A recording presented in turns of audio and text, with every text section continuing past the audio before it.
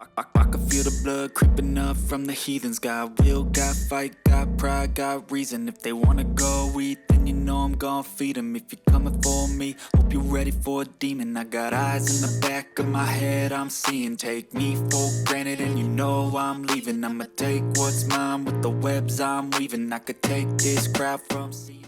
This is the story of Patricia Johnson, a 52-year-old woman who was brutally murdered by her abusive partner, Desmond Thurston, age 46, in her own home in Washington, D.C. in 2023. This is a story of love, betrayal, violence, and justice. A story of how a woman tried to escape from a toxic relationship, but shot in the head by a man who she once loved. That's mine right there. I own you and you own me. I will kill everybody in here about your ass. Please understand that. Hello and welcome to Twisted Crimes. Subscribe and hit the like button for more stories.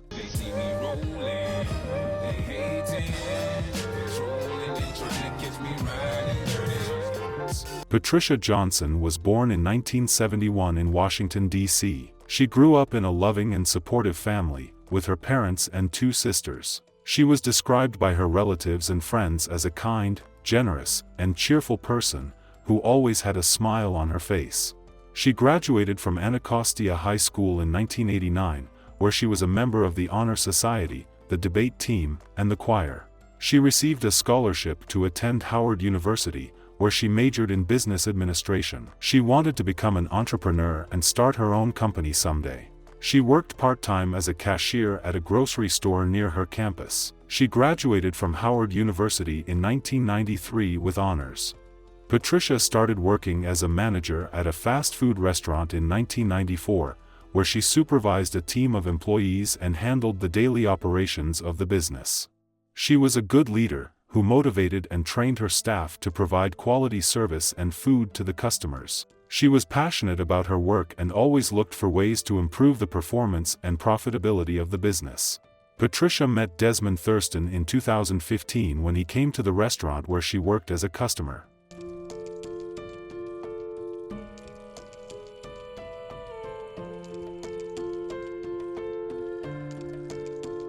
He was 38 years old at the time, and he worked as a security guard at a nearby building. He was tall, muscular, and handsome. He charmed Patricia with his compliments, jokes, and gifts.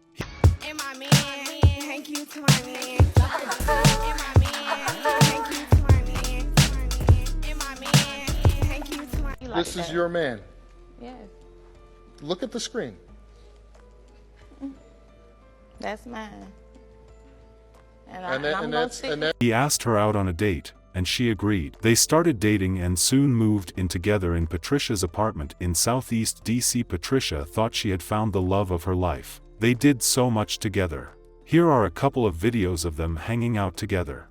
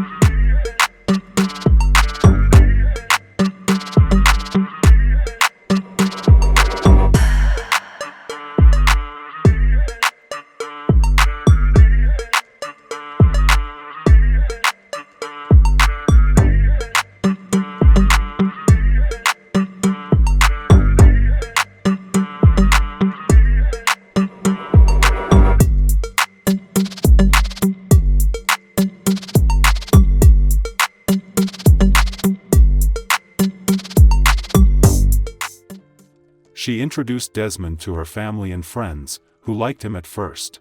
He seemed to be a nice and caring guy, who treated Patricia well. But things changed after a few months.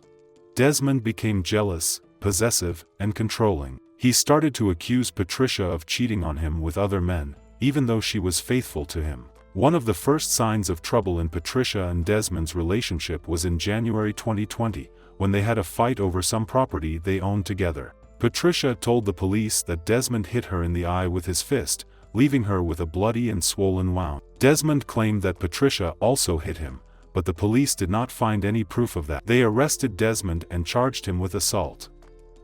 However, the case against Desmond was dismissed by the prosecutors a few months later, in May 2020, before it went to trial.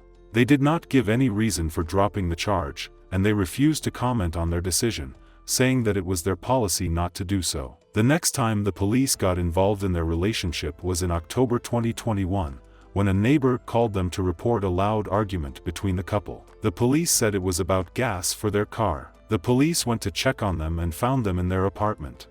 They said they were fine and that they had solved their problem. The police did not see any reason to arrest anyone. Patricia later wrote in a court document that Desmond had threatened to shoot her in the face during that argument, but the police did not mention that in their report. She also wrote in the same court document that Desmond had threatened her and damaged her property in August and September 2022. The police said they did not receive any calls about those incidents. In 2023, she obtained a temporary protective order from the D.C. Superior Court on September 30, 2023. It was supposed to last for 14 days until a hearing was scheduled to determine if it should be extended or made permanent. The order stated that Desmond had to stay at least 100 feet away from Patricia and her apartment and that he had to refrain from contacting her by any means, including phone, text, email, or social media. It also stated that he had to surrender any firearms or ammunition that he possessed or had access to. The order was served to Desmond on October 1, 2023, by a police officer who went to his workplace.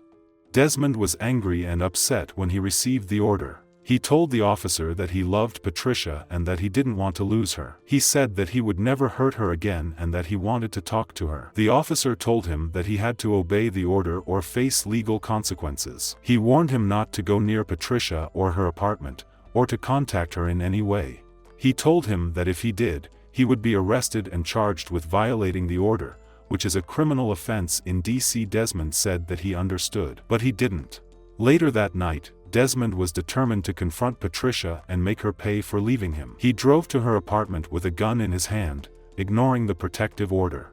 He parked his car outside her building and looked for a way to get inside. He saw that one of the windows on the first floor was slightly open. He climbed up to it and forced it open. He crawled inside and made his way to Patricia's bedroom. He found her sleeping on her bed, unaware of his presence. He pointed his gun at her and shouted her name. She woke up and saw him standing over her. She screamed and tried to reach for her phone, but he was faster. He fired several shots at her, hitting her in the chest and head. She fell back on the bed, blood spilling from her wounds.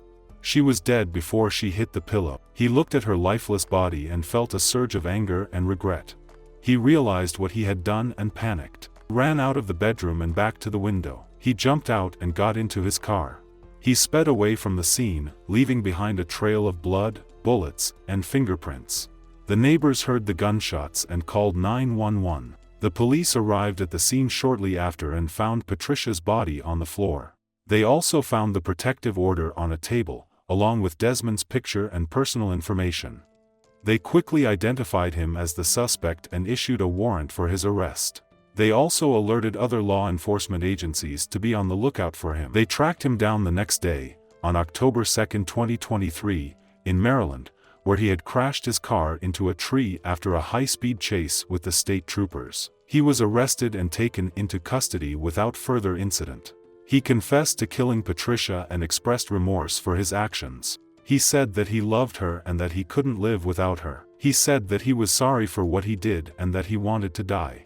He was extradited to D.C. and charged with first-degree murder while armed. He pleaded not guilty and claimed that he acted in self-defense, saying that Patricia had attacked him first with a knife and that he shot her in response. Patricia's family was devastated by her death.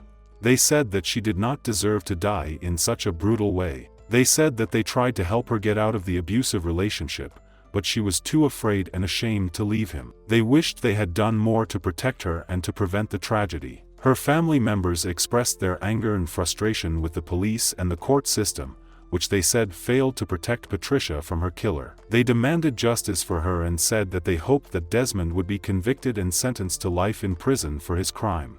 They said that they missed Patricia dearly, that they would always remember her as a kind, generous, and cheerful person, and that she was gone too soon, but never forgotten. Our deepest condolences to the family of Patricia Johnson. May her soul continue to rest in peace.